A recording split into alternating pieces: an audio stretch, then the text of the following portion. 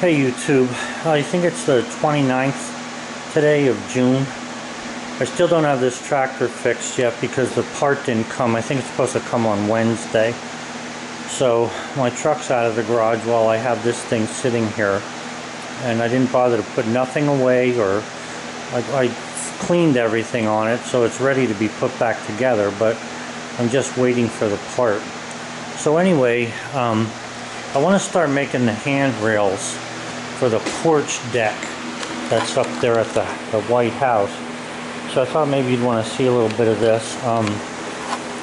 These are some white pine 2x6. Now they're rough cut that I'm going to make into the handrails.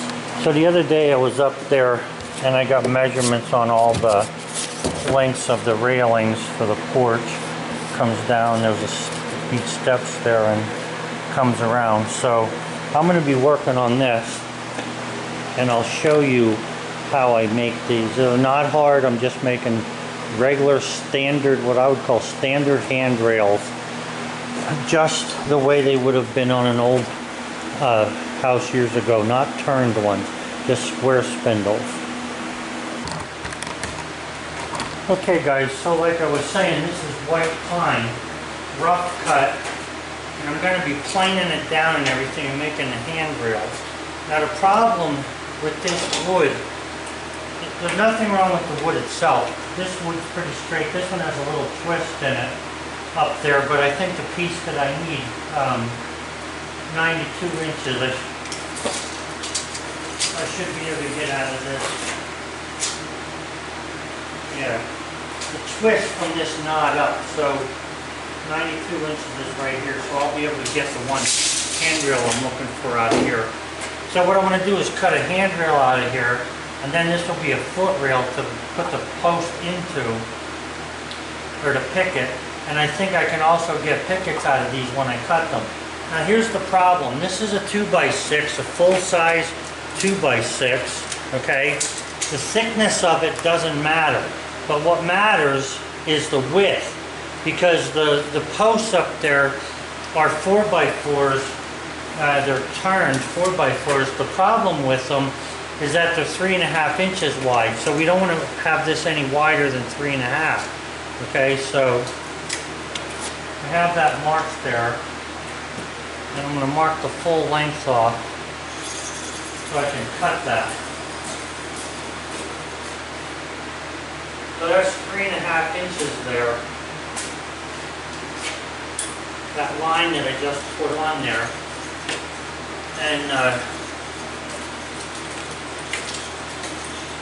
that'll be the width of the handrail, because like I say, the 4x4 is that wide.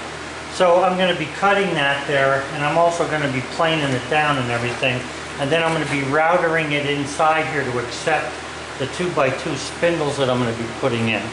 So I'll show that to you as I go. Okay guys, so I cut this board to the length of the handrail, and now I want to plane it down a little so I have a nice smooth surface, you know, so you're not picking up splinters in your hand. I'm going to be putting some wood preservative on this, and then I'm also going to be painting it. So I need to do the woodwork to it first and get it put, you know, get everything so that I can put it together. However, I just want you to see something. Now a lot of people complain about, you know, lumber coming from a lumber mill, that it's not straight or it's not the same thickness and stuff like that. And it's true, you have to have tools to work with wood. It's that simple. So if you look down here, and I'll point it out to you. So I ran this through the planer, and the planer barely touched this here.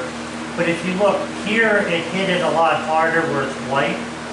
Here, and then in here. And if you look at this, you'll see there's a knot here, knot there, and a knot there. Everywhere else down the board, it missed it because the board was the same thickness as the opposite end. In other words, this end is the same thickness as that end. Now, why is that? It's not because it was sawn wrong. What's wrong with it is that as wood dries, where the knots are, okay, where the knots are, tends to want to stay thicker because the knots are hard. The wood around the knots is harder than the wood in the middle is. So the wood that's down here shrunk the same as the wood that's up at this end. But where the knots are, it tended to grab a hold a little bit more. So when you're working with wood like this, I mean, this is beautiful white oak or white pine. When you're working with wood like this, then you have to make things a little bit bigger and plane them down to size, which is what I'm doing here. So it's a little extra work, but the wood is free, basically. I mean, it's my wood, got it from, I forget where I got this exactly, but the point is that the wood didn't cost me anything, or I should say it didn't cost me near as much as it would have cost if I would have bought it, okay? So it's just a little extra work, and I already have the tools to do the work. So I'm just saying that where the knots are, it was a little thicker, so we have to, in order to get this nice smoothness, it's really smooth here. In order to get it smooth all the way across the board, I need to go down with the planer head a little bit. And then basically, I'm glad that that's on the first one, because this will show you that really how narrow you have to be. Because normally, if you have a really good board to start off with no knots, you might plane it to 2 inches and think, oh, that's good. I don't have to worry about that, or 1 7/8, and I can keep going. Only to find the next board that you get might have some knots in it and force you to make it a little bit thinner. And you know, you don't want thin and thick boards on a handrail, you want them all the same size. So anyway, I'm going to cut this a little bit thinner, and then I'm going to remember what the thickness of that is, so that when I go to cut other boards, that they're good. So let me plane that and I'll get back to you. Okay, so I ran that through there 2 more times, and what we have here is a really nice 2 edges, very nice, plus the top here is very nice and flat, okay? So that's good. Now I got to do this opposite side. So when I look at the measurement here, I'm down to, I don't know, 1 15/16. So it doesn't matter how thick this is as far as the handrail goes. If it's a little thinner than, like if it's 1 3/4, I don't care, you know, or 1 1/2, I don't care, but I want to keep them all the same. So I'm going to plane this side yet and then see what I have to go down to. So this will take me down a little bit here, about 1/8 or 1/16 of an inch, and then I'll run that planer through until I get a smooth edge there. Then I'll decide how I want to do this, if I want to make it thinner or not. So I'll get back to you. Okay, so I ran the opposite side through there. And right now I'm down to 1 5/8. So this is 1 5/8 inch thickness. Now, because I'm not sure whether, now this board came out good at that.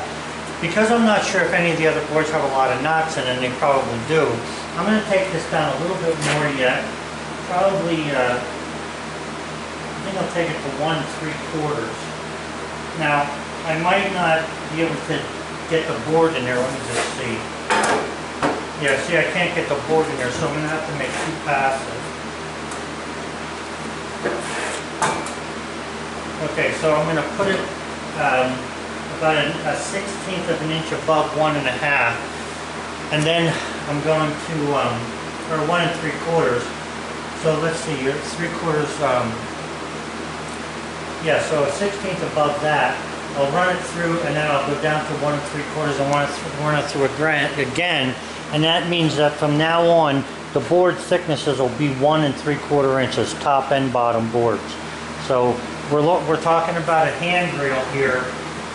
Just, you know, the handrails, all we're talking about is a board on the top, a board on the bottom, and spindles, 2-inch spindles going between them. That's all we're talking about doing here. So I'm talking about the top and bottom board. This is the top board. Although it could be the bottom, it doesn't really matter. So let me finish planing that down a little bit. And it's only taken me a couple of seconds to do it. So let me plane that down a little bit and then I'll get back. Okay, so I ran that back through there, and here we have a really nice looking straight piece of wood. Okay, now if you look like real closer, you can see that there had been a bug in there at one time in the wood's life, and right in here as well. But I can put wood filler in there. I'm not worried about that. I'm just worried about getting a nice straight board. And the good thing about these is that the moisture content is down like at 19% or less. It's actually, and you can tell that by the, once you do this a while, you can tell just by the feel of the wood. You can tell whether it's got some moisture in it or not, okay? And this does a little bit. It's like I say, it's at least 19 or less. This thing's been sitting in the greenhouse for 2 years almost. So I'm not worried about that. Nice straight board. So all I have to do is fix this thing or plane it, or not plane it, but router it to fit the pieces I'm going to put in it, and I'll be in good shape. So I'll show you that then. Okay guys, so I have the notch cut in this. I'll show you the edge there. You can see the end. You can see the notch I have cut in this board. So this notch is cut in there so that the spindles don't twist. So here's a spindle that I planed. This is already planed and everything, so it's ready to go. And you'll see that it will fit inside here. Now, looks like I've got to take a hair off of that yet. Yeah. So let me take a hair off of that yet on the planer, and then I'll show you what that looks like. Okay, so I took just a hair off of that, and you can see it's a nice fit there. So that's the top handrail. So this is actually upside down. So what you're looking at here is I have to have a spindle so that the gap between the two boards is no bigger than 4 inches. Okay, so a baby doesn't fall through it or whatever. But anyway, so I'll be marking this then when it comes time to put the spindles in. For right now, and what I'll do is I'll probably glue them and nail them from the back, from the other side. So when this is turned around, just to give you an idea here.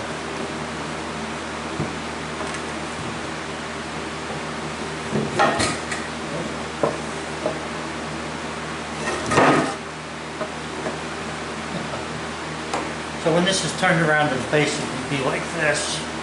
This is what you're looking at. Okay, so that's the handrail on the top there, and then the spindle will be in there every 4 inches between the two spindles. Between the spindles is where they'll be. So from this back side here, you go over 4 inches to the face of the other side. And so now you see how, I mean, these trees came from the woods out here. They were sawn on my property. I planed them, the boards, just now to get them to where I wanted them to be. And everything seems nice and straight.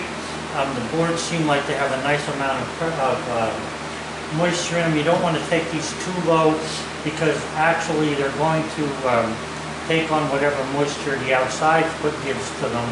Although if you put some wood preservative and a good layer of primer and then paint on here, it should last a good long time. So that's what I plan on doing. So all it is a matter now of cutting the rest of these tops and bottoms. Let's see what I need here. So hold on a second. 1, 2, 3, 4, 5, 6, 7, 8, 9, 10, 11 pieces, top and bottom. Okay guys, I'll either have to edit this or you'll have to listen to me twice. My neighbor came down, he got something he wants me to do. So anyway, I cut a groove through here with the router, and I have these fitting in here. It's going to be every 4 inches, or a 4-inch gap I should say, not every 4, it's more like every 4 3/4 inches to center roughly. Let's see, 4, no, it would be 5 1/4 inches to center. So that's what I'll have to do. I'm going to have to start making these now. So there's a couple bug holes in this piece of wood. Not really worried about that because I can use caulking to fill that and then just paint right over it. So that's one handrail, spindle. I'm going to make the bottom. The bottom is just going to be a flat 2x4 because I don't want the water to rest inside of it. When this is turned over, the top of this will be nice and smooth all I'm going to do is just sand the edge of this thing, just so it's not a sharp point, and that's it. So, you know, I'm just trying to show you the things you can do when you have a sawmill and you have access to pretty good wood. I mean, I'm very happy with this white pine. You don't find white pine that you can, you know, work with that well because it's never that heavy. It's either cut to 3/4 inch boards or 1 inch, 1.5 inch boards, and you can't really work with it. So, all right, guys, that's it for now. Have a good one. You know, when you have really nice looking white pine like that, look how nice that is. Look how nice and straight the grain runs all the way down there. The way this is it ends up being quarter sawn. Now, somebody had said to me, no matter how you cut a board, if you cut it in 2 inches, it's a quarter sawn board. Well, I got news for you. Check it out. That's definitely not quarter sawn, and neither is that one. Okay, so if you're going to cut quarter sawn boards, just because you cut a board, any board you have down into 2 inches, does not make it quarter sawn. Somebody had said that to me about, I don't know, a year or so ago. But this is proof of it.